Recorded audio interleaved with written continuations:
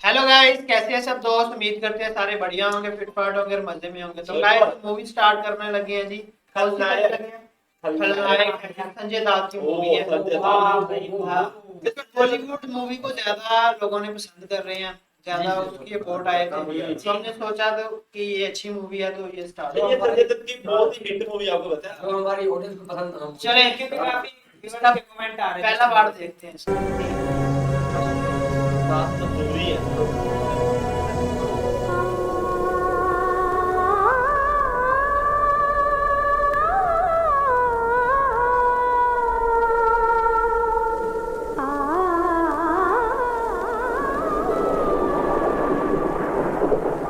आरती आरती बहन, आरती कहाँ हो तुम? सैड स्टोरी स्टार्ट होती है। आरती, आरती कहाँ हो? यहाँ हो तुम? हाँ? ये तुम्हारी रामायण पढ़ने का बहाना मैं खूब समझता हूँ। मंदिर तो तू जाती नहीं और रामायण पढ़ती रहती है। जानता हूँ इसमें तूने अपने बेटे की तस्वीर छुपा रखी है ना? है? 6 साल हो गए, अब वो वापस नहीं लौटने वाला, भूल जाओ उसे।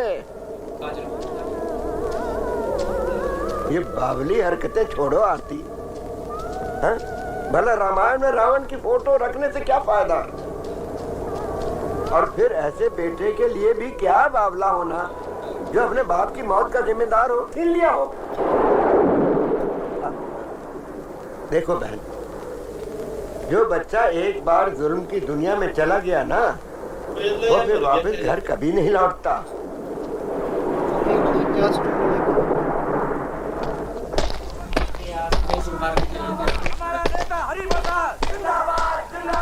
आप लोगों ने मुझे चुना है, इसके लिए मैं आप लोगों को धन्यवाद देना नहीं चाहता।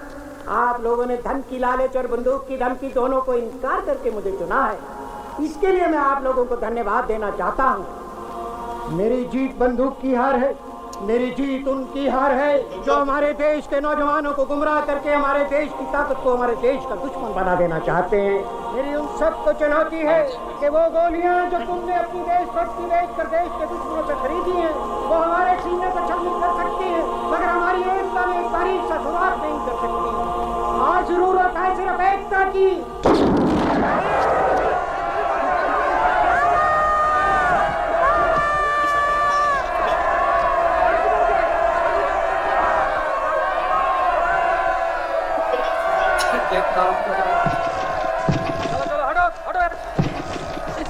दादा बाइक खराब हो गई है।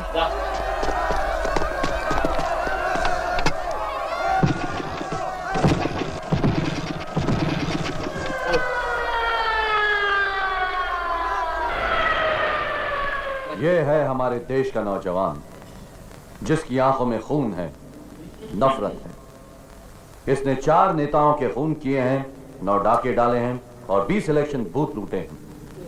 इतनी सी उम्र और इतने जुर्म। सवाल यह है कि यह मुजरिम खुद बना है या बना दिया गया। यकीनन इसे बना दिया गया है और इसको बनाने में किसी विदेशी ताकत और एक खास गिरोह का हाथ है जो हमारे देश के 15 से लेकर 22 साल की उम्र के नौजवान बच्चों को फुसलाकर उनके हाथों में बंदूक थमा देता है और खास तौर से इलेक्शन के वक्त धर्म जाति के नाम या कोई और बहाना बनाकर दंगा फसाद करवाते हैं। ये बाहर के लोग हमारे देश में ही क्यों आते हैं?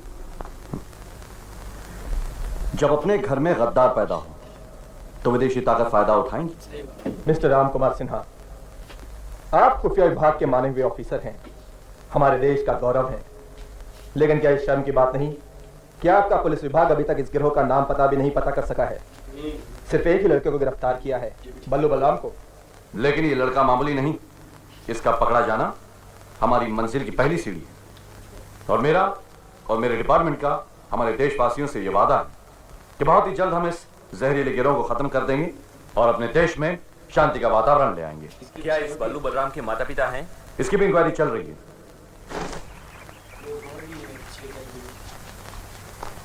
बावलेपन की तो हद होती है। 6 बरस हो गए, बेटे ने कोई खबर नहीं ली है। माँ है कि इस इंतजार में हर चौथे दिन उसके कपड़े धोने बैठ जाती है। वो इसलिए कि बल्लू आएगा, काम पे जाएगा, कपड़े तो धुले चाहिए ना।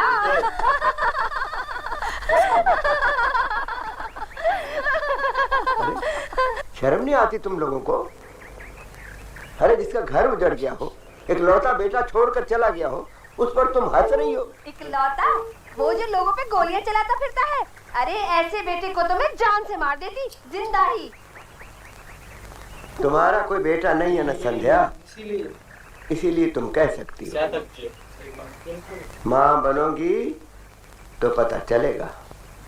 बल्लू का पता चला? हाँ, चलो चलो घर चलो, बताता हूँ। चलो चलो।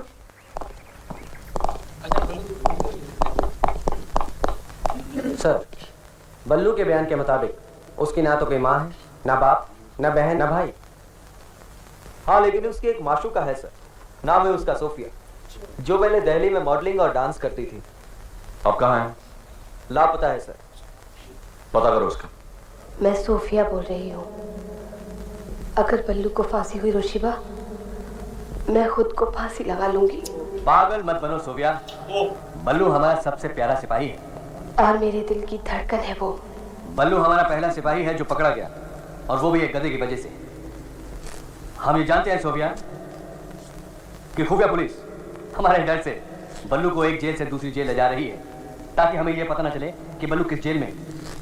लेकिन वो ये नहीं जानते कि बल्लू के हाथ कानून से लंबे हैं, इसलिए वो वापस आएगा, जरूर आएगा। खैर, तुमसे मिलने तो मैं आ ही रहा हूं। Good luck.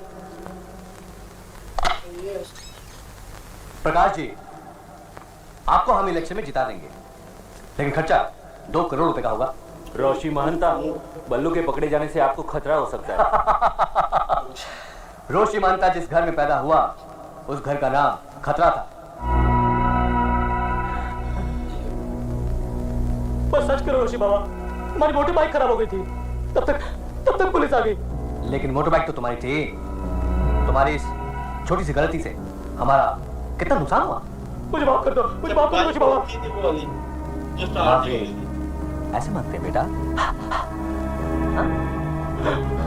मुझे माफ कर दो रोशी बाबा, मुझे माफ कर दो रोशी बाबा, दोबारा ऐसी गलती नहीं होगी रोशी बाबा।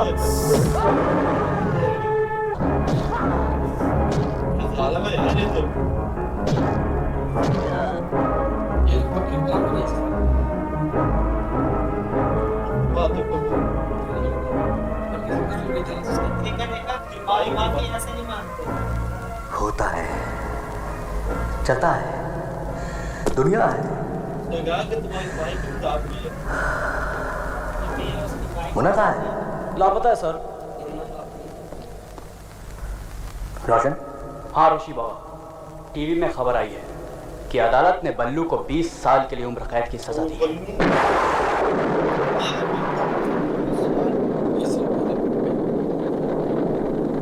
उसे 20 साल कैद की सजा हुई है। इससे अच्छा था कि उसे फांसी हो जाती। तुम्हारा ये रोज रोज का रोना और इंतजार करना तो खत्म हो जाता।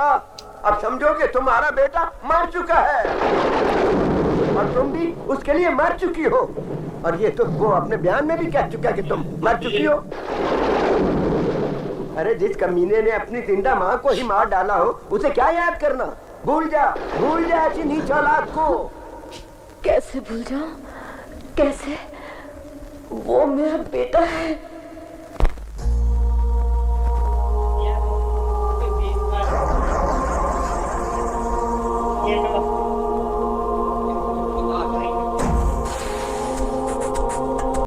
ठीक है, ये था खलनायक मूवी का पहला अच्छा, मतलब का नाम इस मूवी में बल्लू है।